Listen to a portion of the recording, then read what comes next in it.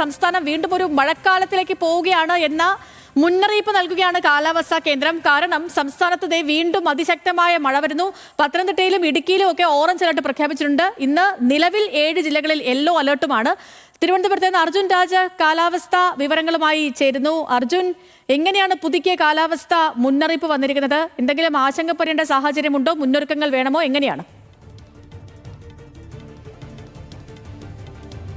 സേതു, ആശങ്കപ്പെടേണ്ട തരത്തിലേക്ക് മഴ മാറില്ലെന്നാണ് ഇപ്പോൾ കേന്ദ്ര കാലാവസ്ഥാ വകുപ്പ് അറിയിക്കുന്നത്. നേരിയതോ ഇടത്തരം മഴയോ ആയിരിക്കും അടുത്ത 5 ദിവസം സംസ്ഥാനത്ത് ഉണ്ടാവുക. ഇന്ന് 2 ജില്ലകളിൽ അതിശക്തമായിട്ടുള്ള മഴയ്ക്ക് സാധ്യതയുണ്ടെന്ന് കേന്ദ്ര കാലാവസ്ഥാ വകുപ്പ് അല്പസമയം മുമ്പ് പുറത്തിറക്കിയ വാർത്താക്കുറിപ്പിൽ പറയുന്നുണ്ട്. പത്തനംതിട്ടയിലും ഇടുക്കിയിലുമാണ് ഓറഞ്ച് അലർട്ട് പ്രഖ്യാപിച്ചിട്ടുള്ളത്. ഇവിടെയാണ് അതിശക്തമായിട്ടുള്ള മഴയ്ക്ക് സാധ്യതയെന്ന് കേന്ദ്ര കാലാവസ്ഥാ വകുപ്പ് പ്രവചിക്കുന്നത്.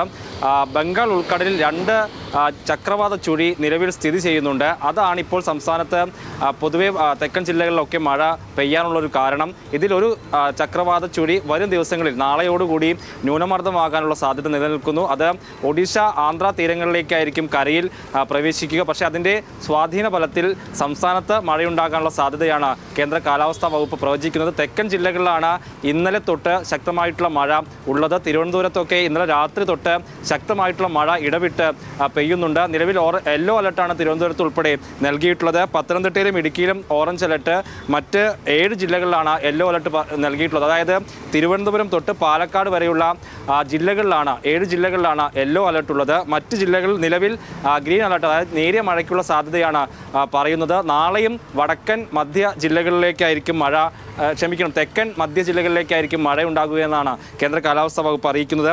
അതിൻ്റെ അടിസ്ഥാനത്തിൽ തിരുവനന്തപുരം തൊട്ട് തൃശ്ശൂർ വരെയുള്ള ജില്ലകളിലാണ് യെല്ലോ അലർട്ട് നൽകിയിട്ടുള്ളത്. മറ്റന്നാളത്തേക്ക് ആ മഴയുടെ സ്വഭാവം മാറും. അത് വടക്കൻ ജില്ലകളിലേക്ക് കടക്കും. അതുകൊണ്ട് തന്നെയാണ് ആ ജില്ലകളിൽ, പ്രത്യേകിച്ച് തൃശ്ശൂർ തൊട്ട് കാസർഗോഡ് വരെയുള്ള ജില്ലകളിലേക്ക് യെല്ലോ അലർട്ട് നൽകിയിട്ടുള്ളത്. റെഡ് അലർട്ട് അല്ലെങ്കിൽ അതിതീവ്രമായിട്ടുള്ള മഴയ്ക്ക് സാധ്യത കേന്ദ്ര കാലാവസ്ഥാ വകുപ്പ് പ്രവചിക്കുന്നില്ല.